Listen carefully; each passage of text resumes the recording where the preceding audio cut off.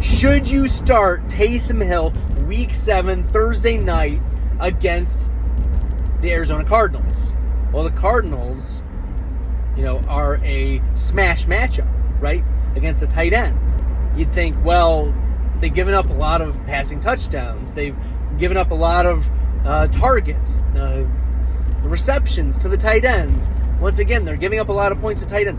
But Taysom Hill doesn't score his points through receptions. He scores his points through rushing the ball. And so the Cardinals are middle of the pack against the rush. It's not a plus or minus matchup significantly one way or the other. That's not how I'm viewing it anyways. It could sway.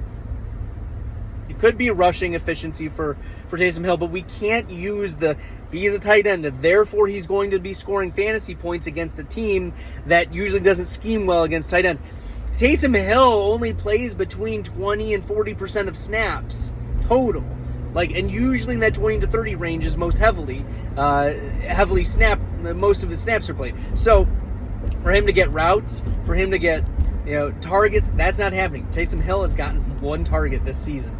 He's more likely to take snaps at quarterback than he is to line up and get a target.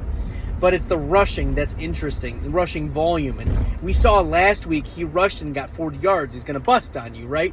And so are you willing to just roll with Taysom Hill?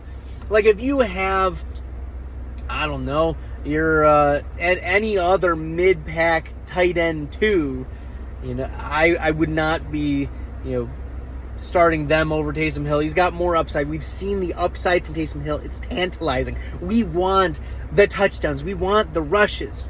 But, if Mark Andrews is out, I would be starting Isaiah Likely over Taysom Hill. So Hill is a straight upside play. You have to live with the lumps. If you've got a Zach Ertz or Dallas Goedert, David Njoku type of player, you're most likely starting them over Taysom Hill. But I have Taysom Hill right now as about the tight end 12. His consensus is tight end 10 on the week. There's just so much upside built into that ranking that you can't ignore it, even if he busts, because every other tight end really busts. So, start him over the Mike Gesicki's of the world, over the Jonnu Smiths, over the Hunter Henrys of the world.